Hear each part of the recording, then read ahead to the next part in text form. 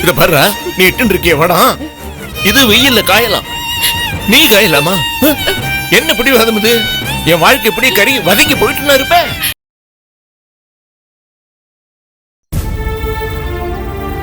கடைசியில ரங்கநாதன் உன் பிரார்த்தனைக்கு காது கொடுத்துட்டான்னு தான் எனக்கு தோன்றது. அதனாலதான் அந்த ஆனந்த உன் கண் முன்னால் கொண்டு வந்து நிறுத்திருக்கான்.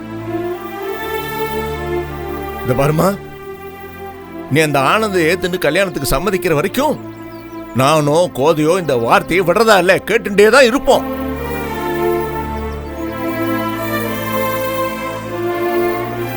அப்போ எனக்கும் வேற வழி இல்லப்பா. அப்படி வா வழிக்கு. அப்போ நீ இதுக்கு ஒத்துக்கிற இல்லையா?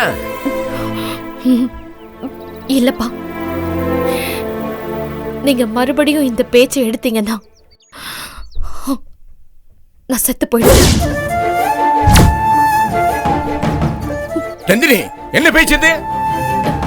அப்பா, இந்த நிமிஷமே இந்த மாடியில இருந்து ஏறி குதிச்சு கீழே விழுந்து போனமாயிடுவேன்ப்பா. முட்டாள்தனமா பேசாத. அப்பா, உங்களுக்கு வேணும்னா இது முட்டாள்தனமா இருக்கலாம், ஆனா இதுதான் பையன் முடிவு. குழந்தை,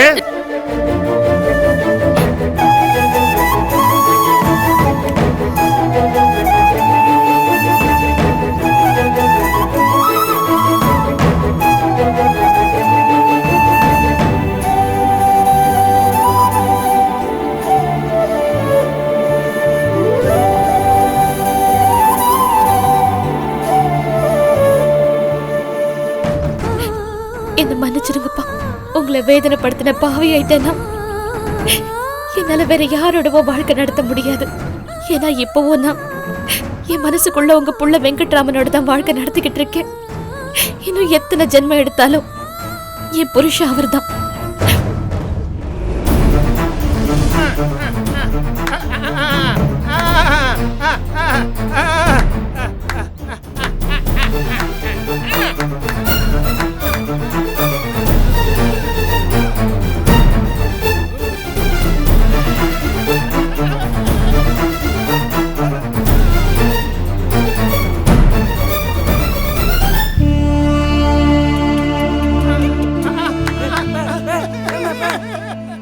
அங்க பாரியா, தேசிங்க ராஜா எவ்வளவு வேகமா குதிரையில போய்கிட்டு இருக்காருன்னு. இவனுங்க என்ன சொன்னாலும் கேட்க மாட்டானுங்க. டாக்டர் பார்த்தா திட்ட போறாரு. வாங்க, அவங்கள ரூமுக்கு அனுப்பி வச்சிருக்கோம். கீழே இறங்கு, கீழே இறங்கு, விழுந்துருவா. கீழே இறங்கு, போ போ, உள்ள போ, உள்ள போ, ரூமுக்கு போ. ஏய், அங்க என்ன பண்ணிட்டு இருக்க? கீழே இறங்கு. ஏய், கீழே இறங்கு சொல்றேன்ல, கீழே இறங்கு. கீழே இறங்கு, எல்லாரும் அனுப்பி வைங்க.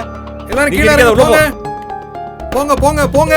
போயா உள்ள போ, நீ போ, நீ போ, ரூம் போ, போகையா. ஏய் மச்சான், என்ன மச்சான் இவன் புடிச்சு வச்ச பிள்ளையர் மாதிரி அப்படியே உட்கார்ந்துகிட்டு இருக்கான். அவன் கிடக்குறான்டா, அவனால நமக்கு எந்த தொந்தரவும் இல்ல. தொந்தரவு இல்லைங்கிற? அன்னைக்கு என்னமோ மடி நிறைய கல்ல தூக்கி வச்சுக்கிட்டு போற வர்றவனெல்லாம் பயமூத்திக்கிட்டு இருந்தான் அவன். அன்னைக்கு ஏதோ அவன் தலைக்கு பித்தம் ஏறி போச்சு மாப்பிள்ள. ஆனா ஜீவா அமைதியின் திருவுருவம்டா.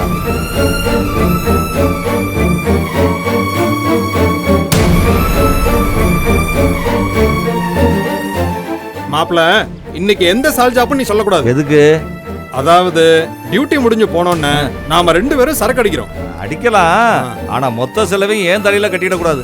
அங்க எவ்வளவு செலவாகுதோ ஆளுக்கு பாதி பாதி போட்டு ஷேர் பண்ணிக்கலாம். அப்போ பார்ட்னர்ஷிப்ல அடிக்கலாங்கிற? ஆமா.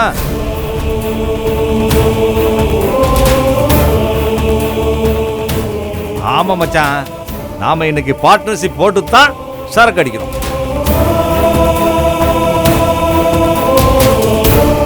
பார்ட்னர்ஷிப் போட்டுக்கிட்டோன்னு வச்சுக்கோ, 2 பேருக்குமே நஷ்டம் இல்ல சார். என்னப்பா பார்ட்னர்ஷிப் பத்திலாம் பேசிட்டு இருக்கீங்க? புதுசா எதுவும் பிசினஸ் ஸ்டார்ட் பண்ண போறீங்களா?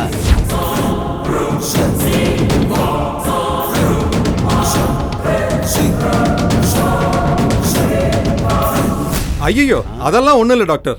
சும்மா பார்ட்னர்ஷிப்பை பத்தி பேசிக்கிட்டு இருந்தோம்.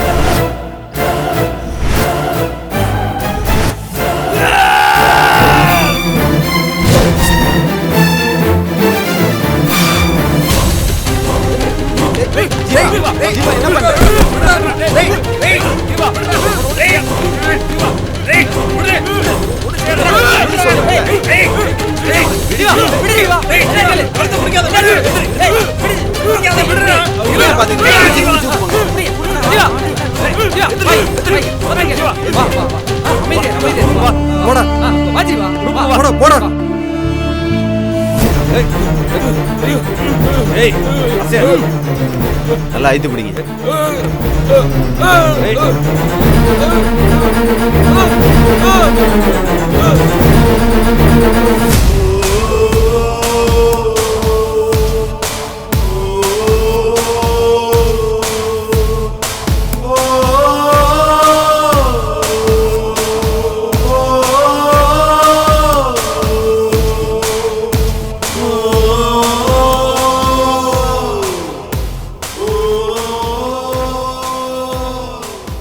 என்ன டாக்டர், நாளுக்கு நாள் இவன் டார்ச்சர் அதிகமாயிட்டே இருக்கு.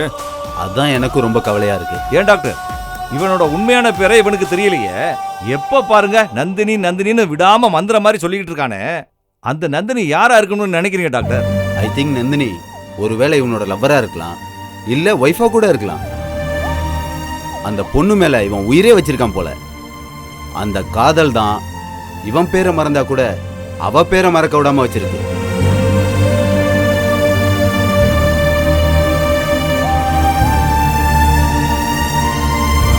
ரங்க ரங்க ரங்க நாதா, ரங்க ரங்க ரங்க நாதா.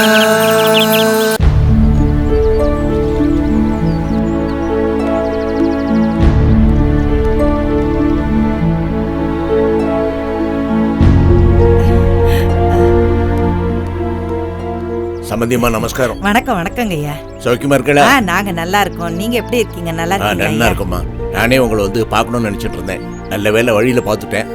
முக்கியமா உங்ககிட்ட ஒரு விஷயம் பேசணும். அவசரம் இல்லைன்னா பேசலாமா? அதெல்லாம் ஒரு வேலையும் இல்லைங்க. நானே உங்களை பார்த்து நன்றி சொல்லணும்னு இருந்தேன். எங்க வீட்டுல ஒண்ணு மாத்தி ஒண்ணு ஏதாவது ஒரு பிரச்சனை வந்துகிட்டே இருக்கு. அதுல உங்களை பார்க்க வரதுக்கு கூட நேரமே இல்ல. இவ்வளவு பெரிய உதவி செஞ்சிருக்கீங்க, இந்த மாதிரி ஒரு நன்றி கூட சொல்லலையேன்னு என்ன நீங்க தப்பா எடுத்துக்கிட்டு இருப்பீங்க. அதெல்லாம் எதிர்பார்க்கறோம் இல்ல பண்ணானு. அது சரி, நன்றி எல்லாம் எதிர்பார்த்தா நீங்க அவ்வளோ பெரிய உதவி செஞ்சீங்க. அந்த மாதிரி எதிர்பார்க்குற மனசே உங்களுக்கு இல்லையே. ஆனா ஒண்ணு மட்டும் நிச்சயங்க, என் புள்ள கையாலையும் புருஷன் கையாலையும் அடி வாங்காம அன்னைக்கு தப்பிச்சேன்னா அது நீங்க செஞ்ச உதவியால தாங்க. நான் செஞ்சது சின்ன உதவிமா, அதை போய் இவ்வளவு பாராட்டி பேசிட்டு இருக்கேன். சின்ன உதவியா நினைக்கிறது உங்களோட பெருந்தன்மை. அந்த உதவியை நான் மறந்துட்டேன்னா நான் மனுஷே இல்லைங்க சம்பந்தி. ஒரு 2-3 மாசம் பொறுத்துக்கங்க. நான் எப்படியாவது அந்த 20 லட்சம் ரூபாய் புரட்டி கொடுத்துட்றேன். அந்த 20 லட்சம் ரூபாய் எனக்கு ஒரு பெரிய விஷயமே இல்லை சம்பந்தியம்மா. முதல்ல உங்க பொண்ணுக்கு ஒரு நல்ல வரன் அமையணும், அதான் முக்கியம். வாஸ்தவம் தான் சம்பந்தி. அவளோட வாழ்க்கை நல்லபடியா அமையணுங்கிறதுக்காகவாது நான் அந்த பணத்தை திருப்பி கொடுத்தே ஆகணும். இதை நான் கடனா சொல்லல, என் கடமையா தான் சொல்றேன். 20 லட்சம் ரூபாய் இல்ல சம்பந்தியம்மா, நீங்க 20 கோடி ரூபாய் அந்த பொண்ணு கொடுத்தாலும் அவ சந்தோஷமா இருந்துட முடியுமா? இல்லம்மா, பணத்தினால சந்தோஷம் வந்துடாது. ஒரு நல்ல பையனா பார்த்து அவளுக்கு சம்பந்தம் பண்ணி வச்சாதான் அது சந்தோஷத்தை கொடுக்கும். நீங்க சொல்றதெல்லாம் உண்மைதான். ஆனா இந்த பொண்ணு தான் புடி கொடுத்தே பேச மாட்டேங்கிறாளே. அவ மட்டும் ஊன்னு ஒரு வார்த்தை சொல்லட்டும், அடுத்த நிமிஷமே ஒரு நல்ல பையனை தேடி கண்டுபிடிச்சிட மாட்டேன். தேடி கண்டுபிடிக்க வேண்டிய அவசியமே இல்லை சம்பந்தியம்மா. என்ன சொல்றீங்க சம்பந்தி? நந்தினி திருவான கோயில்ல ஒரு வக்கீலாத்துல அவளோட பொண்ணுக்கு பரதநாட்டியம் கற்றுக் கொடுக்க போயிட்டு இருக்கா. ஆமா, நந்தினி சொன்னா. அவ பரதநாட்டியம் கற்றுக் கொடுக்க போயிட்டு இருக்கிறது மட்டும்தான் உங்களுக்கு தெரியும். அதுக்கு மேல உங்களுக்கு ஒன்றும் தெரியாது. அதுக்கு மேல என்னங்க? என்ன சம்பந்தி சொல்றீங்க? அந்த வக்கீலோட பேரு ஆனந்தம். சின்ன வயசு தான், ஆனா பாவம் சம்சாரம் தவறி போயிட்டா. அவருக்கு நந்தினியை பிடிச்சு போச்சு. உனக்கு ஒன்றும் ஆட்சேபனை இல்லைன்னா நான் உன்னை கல்யாணம் பண்ணிக்க தயார்னு சொல்லியிருக்கார். ஆனா நந்தினி அதை கேட்டதும் ரொம்ப கோவப்பட்டு அவரை நல்லா திட்டிட்டு வந்திருக்கா. அந்த வக்கீல் பையன் நடந்ததெல்லாம் என்கிட்ட சொல்லிட்டு எப்படியாவது நந்தினிட்ட பேசி சம்மதம் வாங்கிடுங்க, அவளை நான் ரொம்ப நன்னா வச்சுப்பேன்னு சொல்லியிருக்கான். சரி, அந்த பையனை பத்தி விசாரிப்போம். 4 இடத்துல விசாரிச்சாக்க எல்லாரும் அந்த பையனை பத்தி அவ்வளவு ஸ்லாகியமா உயர்வா சொல்றா. எனக்கு தெளிவா தெரியறதுமா, நம்ம எங்க தேடி பார்த்தாலும் இந்த மாதிரி ஒருவரும் உங்க பொண்ணு கிடைக்காதுமா. ஆனா நான் இதை பத்தி நந்தினி கிட்ட பேசினப்போ அவளுக்கு அவ்வளவு கோபம் வந்துடுத்து. அப்புறம் உன்னோட நல்லதுக்கு தானம்மா சொல்றேன்னு அவளுக்கு புரிய வைக்க போக இதுக்கு மேல வற்புறுத்தினா நான் தற்கொலை பண்ணிடுவேன்னு பயமுறுத்துறா. அதுக்கு மேல அவட்ட எப்படி பேசுறதுன்னு எனக்கு புரியலம்மா. ஆனா அவளை சம்மதிக்க வச்சாகணும், எப்படின்னு தான் தெரியல. நீங்க கவலைப்படாதீங்க சம்பந்தி. அவ என்ன நம்மகிட்டே வீம்பு காட்டுறா? நீங்க என்ன அவளுக்கு கெடுதலா பண்ண போறீங்க? இந்த அறிவு கூடவா இல்ல அவளுக்கு? ஒரு நேக்கா சொல்லணும் சம்பந்தி. ஆடுற மாட்ட ஆடிதான் கறக்கணும், பாடுற மாட்ட பாடிதான் கறக்கணும். நான் அவளுக்கு எப்படியாவது எடுத்து சொல்றேன். அவ வாயாலேயே அந்த வக்கீல் தம்பி கிட்ட போய் நான் கல்யாணம் பண்ணிக்க சம்மதிக்கிறேன்னு சொல்ல வைக்கிறேன். நீங்க கவலைப்படாதீங்க. அவ்வளவுதான் எனக்கு வேணும், வேற என்ன வேணும்? உங்க வாயாலே அதை சொல்லிட்டேன். இதுக்கு தான் உங்ககிட்ட பேசணும்னு நான் காத்துட்டு இருந்தேன். அப்புறம் சம்பந்தி ஒரு உதவி. என்னது? நாளைக்கு நந்தினிய இந்த வடக்கு தெருவுல ஒரு விநாயகர் கோயில் இருக்குல்ல, அங்க வர சொல்லிடுங்களேன். நான் அவளை நேர்ல பார்த்து பேசிக்கிறேன். அவசியம் அவசியம், நான் அவளை அனுப்பிச்சு வச்சு. சரிங்க சம்பந்தி, நான் வரேன் சம்பந்தி. ரொம்ப சந்தோஷமா, ரொம்ப சந்தோஷம். கவலைப்படாம இருங்க, எல்லாம் முடிச்சிடலாம். சரி.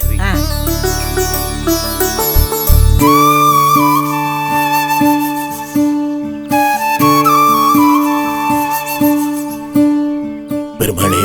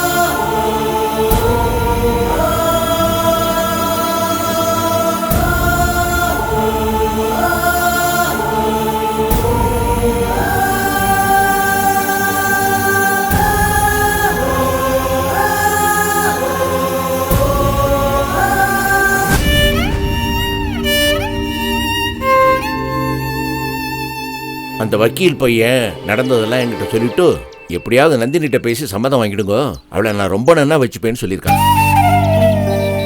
சரி, அந்த பையனை பத்தி விசாரிப்போம். 4 இடத்துல விசாரிச்சாக்க எல்லாரும் அந்த பையனை பத்தி அவ்வளவு ஸ்லாகியமா உயர்வா சொல்றா.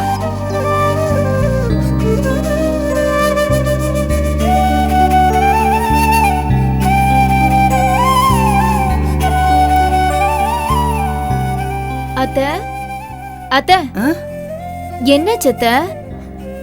நானும் பாத்துக்கிட்டே இருக்கேன். கடைக்கு போயிட்டு வந்ததுல இருந்து நீங்க சரியாவே இல்லையே. எனக்கு மனசே சரியில்லை. அதான் ஏன் அத்தை? சில நேரங்களை யோசிச்சு பார்த்தா இந்த வாழ்க்கையில அர்த்தமே இல்லைங்கிற மாதிரி தோணுது. என்னத்த இவ்வளவு விரக்தியா பேசுறீங்க? நீங்க இப்படி பேசின என்னைக்குமே கேட்டதில்ல அத்தை. கலா, இந்த விரக்தி வேதனை இது எல்லாமே எப்பவுமே என் மனசுக்குள்ள இருந்துகிட்டு தான் இருக்கு. சும்மா மற்றவங்களுக்காக வெளியில சிரிச்சுக்கிட்டு தமாஷ் பண்ணிக்கிட்டு இருக்கேன். என் மனசுக்குள்ள நான் எப்பவுமே அழுதுகிட்டு தான் கலா இருக்கேன்.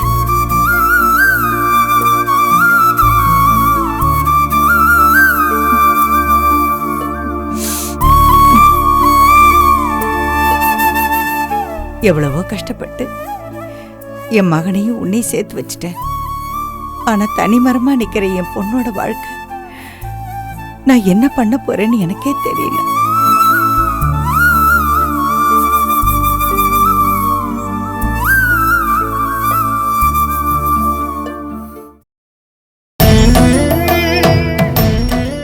இதோ இந்த சாமிங்க கூட என் பொண்ணு வாழ்க்கைக்கு என்ன பண்றதுன்னு தெரியாம முழிச்சுட்டு இருக்குன்னு நினைச்சேன்.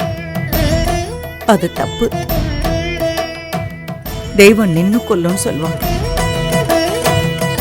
நின்னு கொல்றது மட்டும் இல்ல, நின்னு சிரிக்கவும் செய்யுது.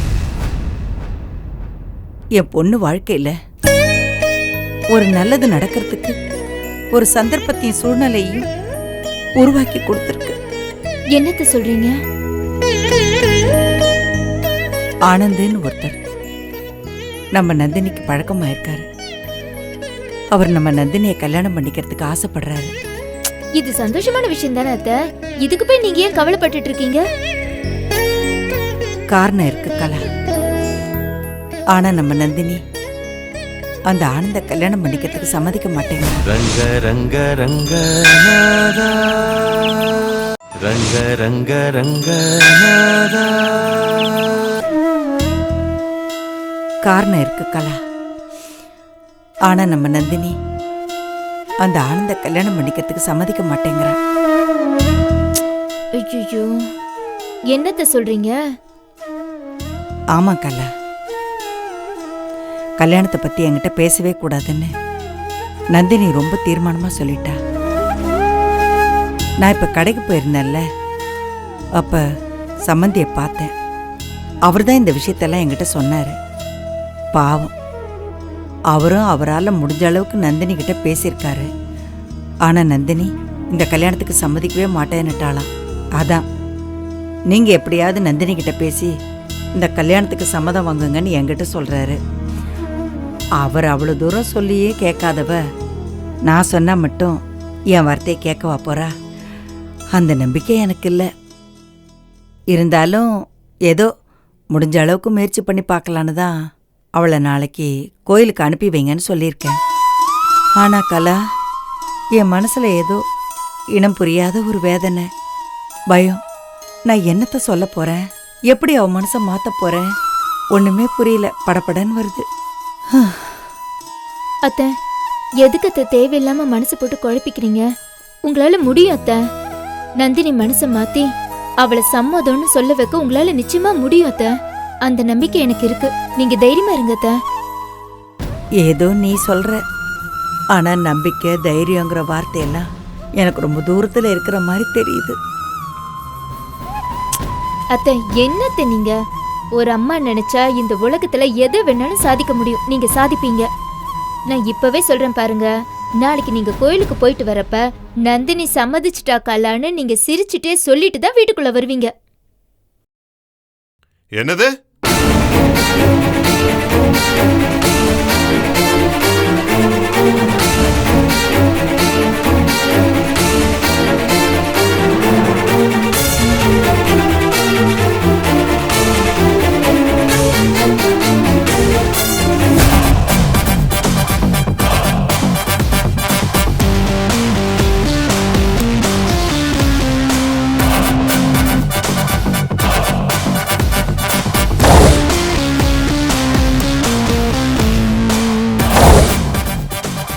வாப்பா வேலு.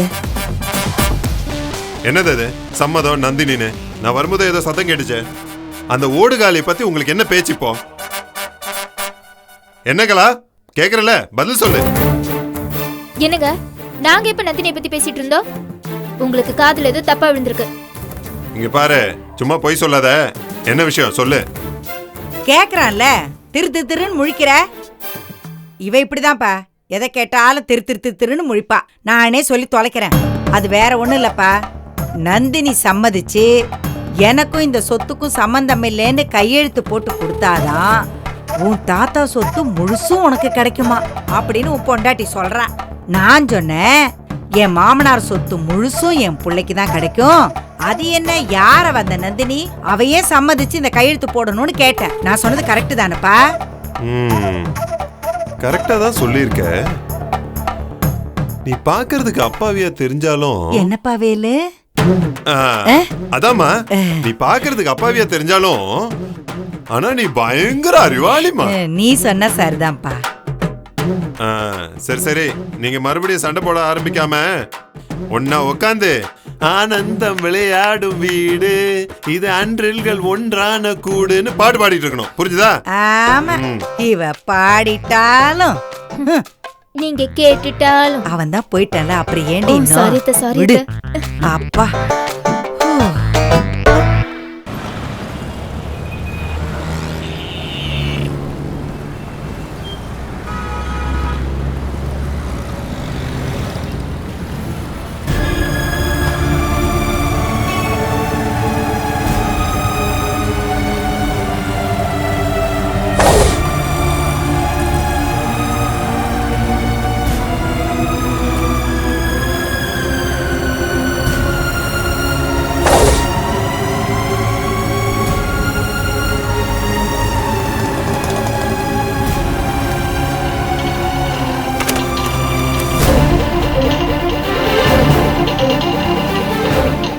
வச்சு நிறுத்துங்கண்ணே.